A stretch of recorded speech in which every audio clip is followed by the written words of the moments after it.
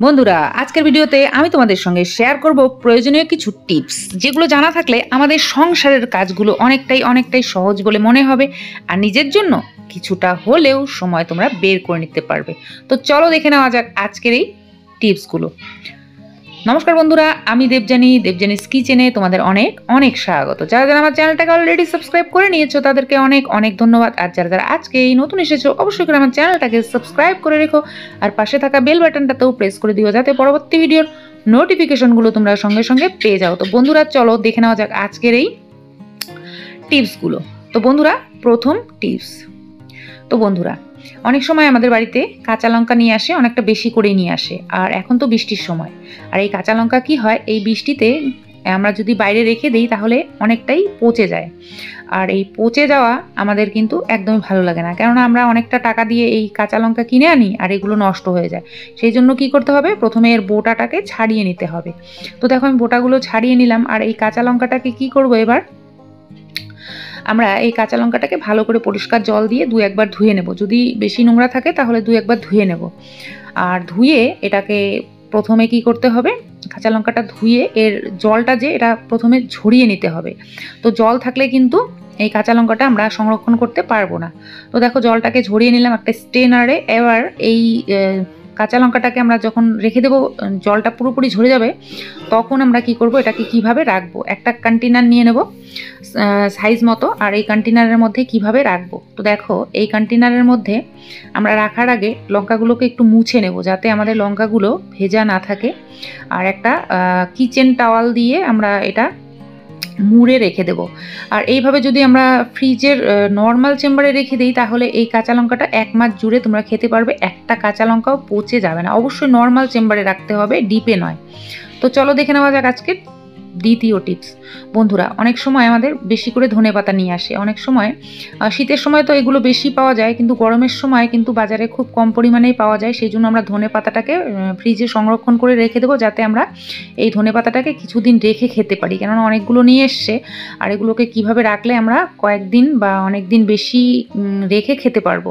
তো দেখো প্রথমে এগুলো বেছে নিতে হবে, কেননা এই ধনেপাতাগুলোকে বেছে না নিলে এর মধ্যে এর শেকড়গুলো, নোংরাগুলো বেছে ভালো করে পরিষ্কার করে তারপর ভালো করে জল দিয়ে ধুয়ে নিতে হবে। তো ভালো করে জল দিয়ে ধুয়ে সেই লঙ্কার মতোই আমরা এইটাকেও জল ঝরিয়ে নেব। তো দেখো কতটা ঘোলাটে জল, যতক্ষণ পর্যন্ত ভালো পরিষ্কার জল না বের হবে ততক্ষণ ধুয়ে নিতে হবে। তো 2-3 বার আমি ধুয়ে নিলাম, এখন জলটাকে পুরোপুরি ঝরিয়ে নিয়েছি, আর এটাকে এবার সংরক্ষণ করব। তো দেখো আমি একটা এরকম ধরনের সাজি নিয়ে নিয়েছি, তার মধ্যে একটা সুতি বা কটন কাপড় বিছিয়ে নিলাম, পরিষ্কার কাপড়, আর এর মধ্যে ধনেপাতাগুলোকে এইভাবে দিয়ে দিলাম, ঠিক লঙ্কার মতোই। তো ধনেপাতাগুলোকেও তোমরা এইভাবে রাখবে লঙ্কার মতো, তাহলে দেখবে ধনেপাতাও খুব ভালো থাকবে। কিন্তু লঙ্কার মতো 1 মাস না থাকলেও ঠিক তোমরা 10 থেকে 12 দিন এটা রেখে খেতে পারবে। আর যদি এমনি রেখে দাও তাহলে কিন্তু 2 থেকে 3 দিনের বেশি রাখতে পারবে না।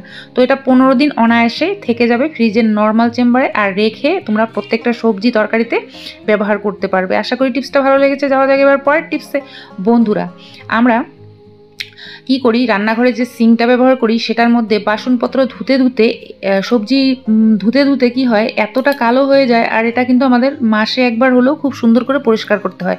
প্রত্যেক দিন আমরা এমনি সেমনি পরিষ্কার করে রাখি যদিও, কিন্তু সেই পরিষ্কারে কিন্তু হয় না, আমাদেরকে ভালো করে একটু পরিষ্কার করতে হয়। তার জন্য আমি অনেক কিছুই ব্যবহার করি। আজকে আমি যেটা দিয়ে পরিষ্কার করব সেটা হচ্ছে ব্লিচিং পাউডার। বন্ধুরা, ব্লিচিং পাউডার ঘরে একটা রান্নাঘরে রেখে দেবে। আর এই রান্নাঘরের যদি সিঙ্কটা তোমাদের এরকম হয়, যদি এরকম পাকা সিঙ্ক হয় মার্বেলের, তাহলে এই ব্লিচিং পাউডার ব্যবহার করতে পারো। আর যদি স্টিলের হয় তাহলে অনেক কিছু রয়েছে পরিষ্কার করার জন্য, আমার চ্যানেলে অনেক ভিডিও রয়েছে, সেগুলো দেখে নিতে পারো।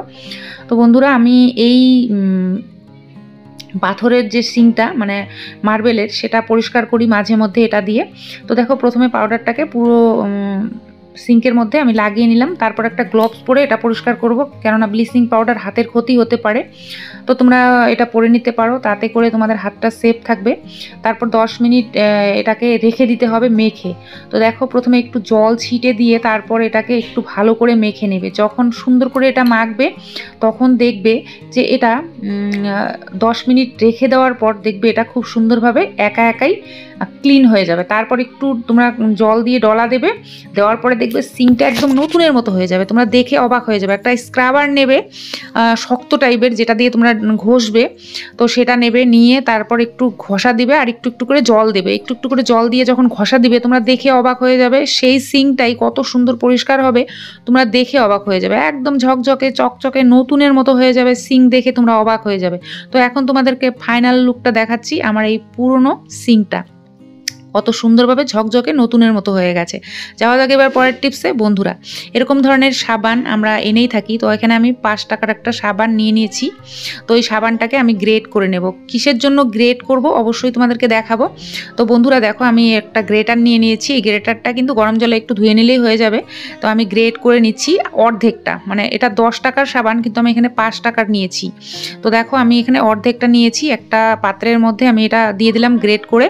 এবার এর মধ্যে গরম টকবগে জল দিয়ে দিলাম, মোটামুটি ধরো 1 কাপের একটু বেশি, আর ভালো করে এটা গুলে রেখে দেবো মোটামুটি 10 মিনিট মতো। 10 মিনিট যখন এটা সুন্দরভাবে গুলে যাবে তখন এটা কি করবে, এর মধ্যে লেবু, আমার ঘরে পুরনো লেবু ছিল, আমি পুরনো লেবু এর মধ্যে রসটা দিয়ে দেবো।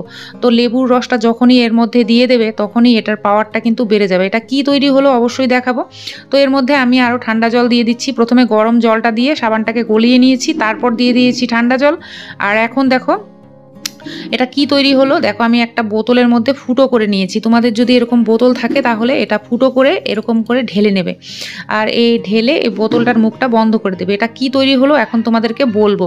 বন্ধুরা দেখো এটা কি তৈরি হলো, এটা আমরা প্রত্যেক দিন যে আমাদের রান্নাঘরে অনেক কাজকর্ম করি, তো এরকম ধরনের আমরা লিকুইড কিনে আনি, আর এই লিকুইডটা যে কিনে আনি এটার দাম কিন্তু অনেক। তো দেখো আমরা এই প্রত্যেক দিন এই লিকুইডটা না এনে তো এটা দিয়ে আমরা পরিষ্কার করতে পারি। তো এটা দিয়ে যখন পরিষ্কার করবে তখন দেখবে খুব সুন্দর পরিষ্কার হয়। আমরা হয়তো জানি, কিন্তু সাবানটা কি হয়, আমরা যখন ইউজ করি তখন ধীরে ধীরে গলে যায় আর খুব তাড়াতাড়ি নষ্ট হয়ে যায়। তোমরা যদি এইভাবে বোতলের মধ্যে এরকম লিকুইড বানিয়ে রাখো তাহলে তোমরা খুব সহজে 1 থেকে 1.5 মাস ব্যবহার করতে পারবে। বন্ধুরা এখানে আমি চলে যাব পরের টিপসে। এখানে কিছুটা নিম পাতা নিয়েছি, আর নিম পাতাগুলোকে ভালো করে ধুয়ে নিচ্ছি। নিম পাতা আমাদের বাড়ির আশেপাশে সব বাড়ি থাকে, আর এই নিম পাতা দিয়ে কি করব অবশ্যই দেখাবো। তো প্রথমে নিম পাতাটাকে ভালো করে ধুয়ে পরিষ্কার করে উঠিয়ে নিচ্ছি, আর নিম পাতাটাকে একটা প্লেটের মধ্যে নিয়ে নিলাম। আমি কিছুটা নিম পাতা নিয়েছি, তোমরা কম বেশি করে নিতে পারো। এবার এই নিম পাতাটাকে একটা মিক্সার জারে আমি দিয়ে দেবো। বন্ধুরা, নিম পাতা আমাদের অনেক কাজে ব্যবহৃত হয়, তো আজকেও তেমনই একটা কাজ তোমাদেরকে দেখাচ্ছি। এখানে কিছুটা জল দিয়ে আমি এটা ব্লেন্ড করে নেব। তো দেখো ব্লেন্ড করে নিয়ে আসলাম, আর খুব সুন্দরভাবে ব্লেন্ড হয়ে গেছে, জল দিয়ে করেছি। আর দেখো আমি ছেঁকে নিলাম, আর ছেঁকে নেওয়ার পর এটা কি করব, তো দেখো ছেঁকে নিয়ে তারপর একটা চামচ দিয়ে এরকম করে নেড়ে ছিবড়াটাকে ফেলে দেব, আর আমরা রসটাকে নিয়ে নেব। নিম পাতা কিন্তু খুবই কার্যকরী, আমাদের অনেক কাজে ব্যবহৃত হয়। আজকে যে কাজটা করব সেটাও খুব ইম্পর্টেন্ট। তো দেখো এই জলটা যে আমরা পেয়ে গেলাম, এই জলটা আমরা এবার কি করব, আমরা বসিয়ে দেব চুলায় বসিয়ে দিয়ে একটা বলক নিয়ে আসব। এটা কি হবে, বলকটা নিয়ে আসলে এটা সঙ্গে সঙ্গে নষ্ট হবে না, এটা দীর্ঘদিন ঘরে রাখতে পারবে। এবার দেখো কি করব, এর মধ্যে আমরা 2-1টা জিনিস মেশাবো। 2টো ন্যাপথলিন আর 2টো নিয়ে নিয়েছি কর্পূর। এই ন্যাপথলিন আর এই কর্পূর দুটোকে একটা কাগজের মধ্যে দিয়ে আমি গুঁড়ো করে নেব, কেননা এটা হামিলদিস্তায় করলে হামিলদিস্তায় একটা গন্ধ থেকে যায়, সেই জন্য আমি একটা কাগজের মধ্যে এই ন্যাপথলিন আর কর্পূরটাকে নিয়ে নিচ্ছি। তো ন্যাপথলিন আর কর্পূরও আমাদের ঘরেই থাকে অনেকের, কেননা এগুলো আমাদের অনেক কাজে ব্যবহৃত হয়। তো দেখো ন্যাপথলিন আর কর্পূরটাকে আমি একটা হামিল দিয়ে কাগজের মধ্যে করে গুঁড়ো করে নিচ্ছি।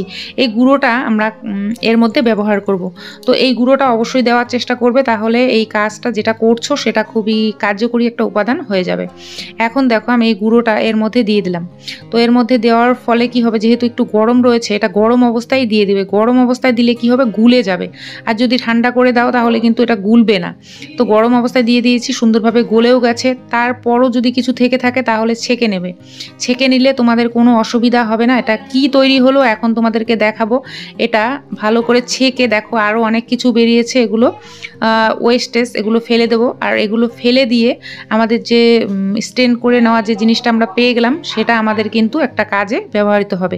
আর কি কাজে ব্যবহৃত হবে এখন তোমাদেরকে দেখাবো। বন্ধুরা এরকম ধরনের জিনিস আমরা অনেকেই তৈরি করতে পারি না, আবার অনেকেই পারি। দেখো এখানে একটা নিয়ে নিয়েছি এরকম ধরনের মশার কয়েল। তো আমরা তো এই মশার কয়েলগুলো বাজার থেকে কিনে এনে ব্যবহার করি, আর এই মশার কয়েলগুলো যখন শেষ হয়ে যায় আবার কিনে আনি। এগুলো কিন্তু অনেক টাকা দাম নেয়, আর সবথেকে বড় কথা এগুলো আমাদের শরীরের জন্য ভীষণ হার্মফুল। আর আমরা যদি এটা ঘরেই প্রাকৃতিকভাবে তৈরি করে নেই তাহলে আমাদের শরীরের জন্য কোনো ক্ষতি করবে না। এরকম ধরনের খালি একটা বোতল আমি নিয়ে নিলাম, আর এই বোতলের মধ্যে আমি এটা ঢেলে নেব।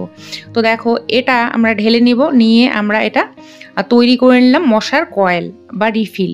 তো এটা আমরা যখন ব্যবহার করব আমাদের শরীরের জন্য কিন্তু কোনো ক্ষতি করবে না, কেননা আমরা যে বাজার থেকে যে কেমিক্যালযুক্ত রিফিলগুলো কিনে আনি সেগুলো কিন্তু মশা চলে যায় ঠিকই, কিন্তু আমাদের নিজেদের ক্ষতি হয়, প্লাস আমাদের বাচ্চা কাচ্চাদের ক্ষতি হয়। সেই জন্য আমরা এটা নিজেরা ব্যবহার করব প্রাকৃতিক উপায়ে তৈরি করে, তাহলে আমাদের কোনো ভয় থাকবে না। এইভাবে তোমরা বানাতে পারো। তো দেখো আমি এটা দিয়ে দিলাম সুইচ, আর সুন্দরভাবে চলছে। এটা কিন্তু প্রাকৃতিক উপায়ে তৈরি করে নিতে পারো খুব সহজে। তো আজকের এই টিপসগুলো তোমাদের কেমন লাগলো অবশ্যই কমেন্ট করে জানিও। যদি ভালো লাগে একটা লাইক করে দিও, বন্ধুদের সঙ্গে শেয়ার করে দিতে পারো।